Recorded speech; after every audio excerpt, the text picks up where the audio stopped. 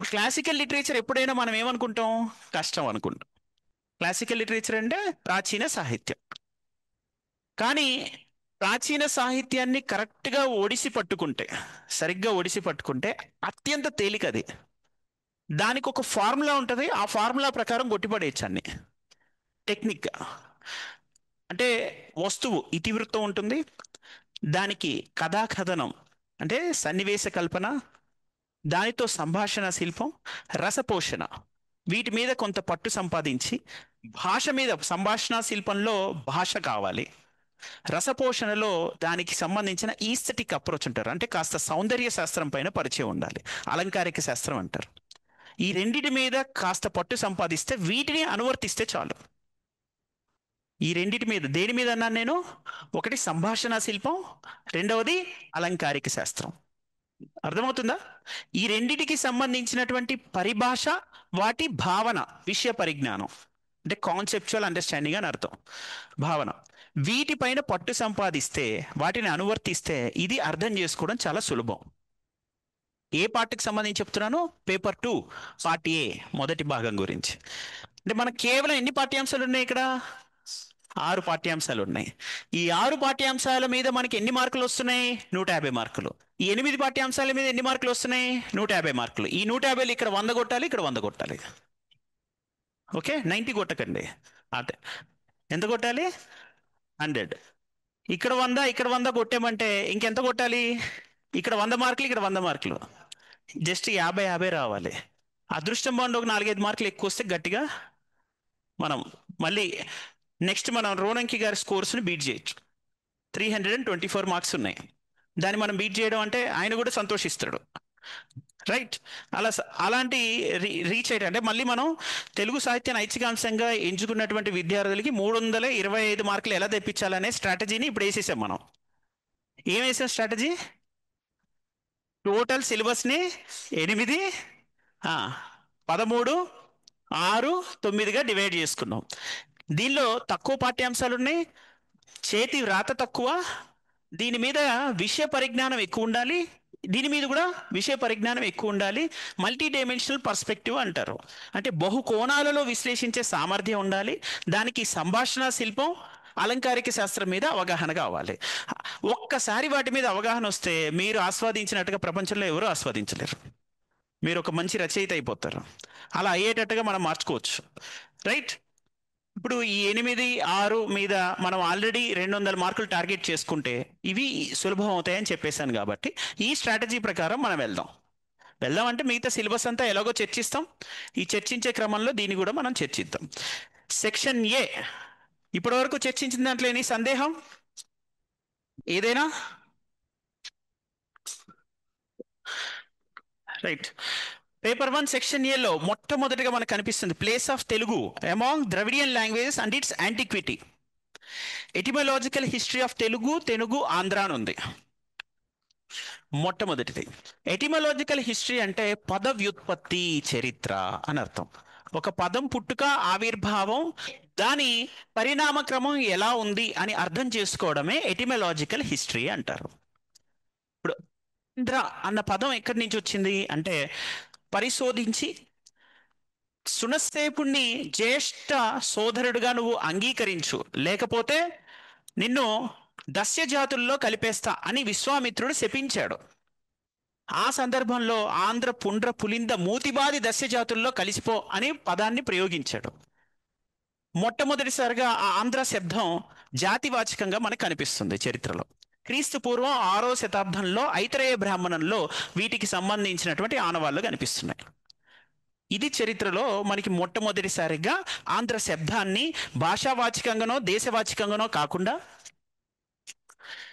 జాతివాచకంగా ప్రయోగించిన విధానం కనిపిస్తుంది.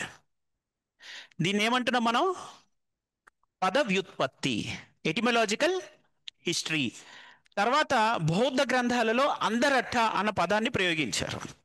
అందరట్ట అంటే ఆంధ్ర రాష్ట్ర అన్న సంస్కృత శబ్దానికి ప్రాకృత భావం. ఈ శబ్దం సంస్కృతం నుంచే వచ్చింది ప్రాకృతంలో. ఆంధ్ర రాష్ట్ర అనడంలోనే రాష్ట్ర అంటే దేన్ని సూచిస్తుంది? దేశవాచ్యం సూచిస్తుంది. అంటే మనకి ఇక్కడ దేశవాచిక నుంచి క్రమేణా భాషావాచికంగా ఆంధ్ర శబ్దం వచ్చిందని తెలుస్తుంది. అట్నుంచి మళ్ళీ నన్నయ్య నందంపూడి శాసనంలో సంస్కృత కర్ణాటక ఆంధ్ర భాషలను ప్రయోగించడం జరిగింది. ఆ సందర్భంలో భాషావాచికంగా ఆంధ్ర శబ్దం కనిపిస్తుంది.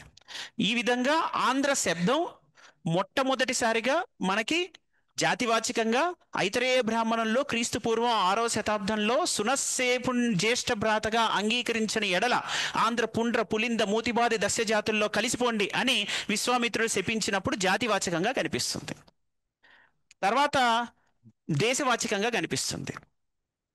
దక్షిణ దిగ్విజయ యాత్రలో దేశవాచకంగా కనిపిస్తుందని మహాభారతంలో పేర్కొనడం జరిగింది. అనేక అశ్వమేధ యాగాలు నిర్వహించేవారు. ఆ సందర్భంలో దేశవాచకంగా కనిపిస్తుంది. అనే రాజ్యాలలో ఆంధ్ర శబ్దం ఉందని తెలుస్తుంది. భరతుడి నాట్యశాస్త్రంలో కూడా ఆంధ్ర శబ్దం ఉందని తెలుస్తుంది. అది భాషావాచకంగా క్రమేణా మనకి ఎప్పుడు వినబడుతుంది? 11వ శతాబ్దం 10వ శతాబ్దం నుంచి కనిపిస్తుంది. అర్థమవుతుంది కదా ఇది? అంటే ఆంధ్ర శబ్దానికి సంబంధించినటువంటి చరిత్ర, మనం ఉత్పత్తి చేస్తున్న ధ్వనులే కదా శబ్దం అంటే. ఈ శబ్దానికి సంబంధించిన చరిత్రని మనం నేర్చుకోవడాన్ని ఏమంటున్నాం మనం? పద వ్యుత్పత్తి. పదాన్ని విడగొట్టి ఇది ఈ పదం ఏ రకంగా ఆవిర్భవించింది, దానికి మూల పదం ఏంటి, మొదటగా ఆంధ్ర అని కాదు అంధ్ర అని ఉపయోగించారు. అందుకే కొంతమంది అంధకాసురుని వారసులేమో వీరు అనే భావనతో అంధక అని కూడా పిలిచారని భావిస్తున్నారు.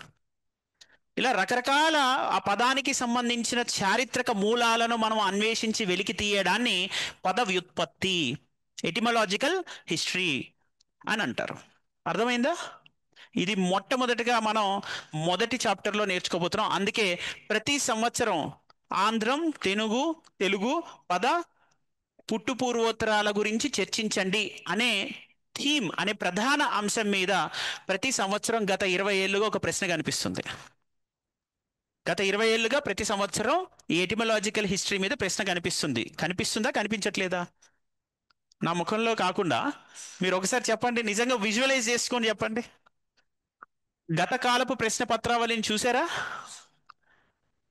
పత్రావళి అంటే ఆవలి అంటే సమూహం.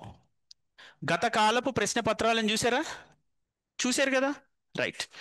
అందులో మీకు మొట్టమొదటగా 20 సంవత్సరాలుగా ఏం మొదటి ప్రశ్నగా ఏం కనిపిస్తుంది? చాయిస్ లేని ప్రశ్నల్లో ఏం కనిపిస్తుంది? ఆంధ్రం, తెలుగు, ద్రావిడ భాషలో తెలుగు స్థానం, ఇలాంటి వాటి మీదనే మనకు కనిపిస్తుంది ప్రశ్న. Very nice. అంటే ఇప్పుడు తెలుగు సాహిత్యంలో వచ్చిన ప్రశ్నలే మళ్ళీ వస్తున్నాయి. రాసే సమాధానంలోనే పటుత్వం కావాలి. పటుత్వం అంటే మన అక్షర దోషం లేకపోవడం, ఎక్కువ అంశాలను జోడించడం, తక్కువ సమయంలో రాసే వేగాన్ని అభివృద్ధి చేసుకోవడం. ఇవి ఎవరికైతే ఈ నైపుణ్యాన్ని సముపార్జించే అవకాశం కలుగుతుందో వారికే ఎక్కువ మార్కులు రావడానికి అవకాశం ఉంది. రైట్. ఇప్పటి వరకు సిలబస్ డీకోడ్ చేసాం. నెక్స్ట్ ఏం చేస్తున్నాం మనం? సిలబస్ డీకోడ్ చేసిన ఒక పాయింట్ పైన ఎలా ప్రజెంట్ చేయాలనే ఆలోచనని డెవలప్ చేసుకుంటున్నాం. ఆ ఆలోచనని మళ్ళీ ఆచరణలోకి తీసుకొని రావడం అనేది మన ఆన్సర్ రైటింగ్ ద్వారా జరుగుతుంది.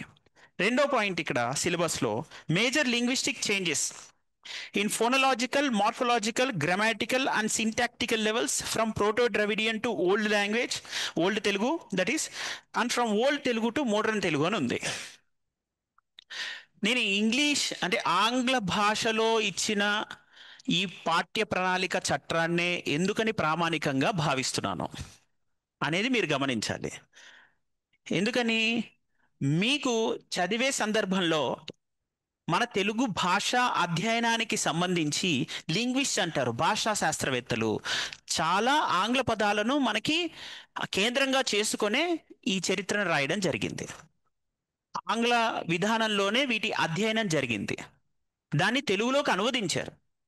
కాబట్టి మనం వాటి మీద పట్టు సంపాదించి ఆ క్రమంలో నేర్చుకుంటే సరైన పారిభాషిక పదాలు పడడానికి అవకాశం ఉంటుంది.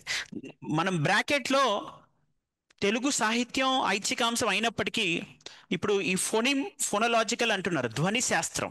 ఫోనాలజీ అంటే ఈ ధ్వని శాస్త్రాన్ని మనం ఫోనాలజీ అని బ్రాకెట్లో రాస్తే ఇంకొక 1/2 మార్కు ఎక్కువ పడే అవకాశమే ఉంది. అర్థమవుతుందా? మార్ఫాలజీ, మార్ఫ్ అంటే ఎప్పటికప్పుడు రూపాంతరం చెందుతుంది.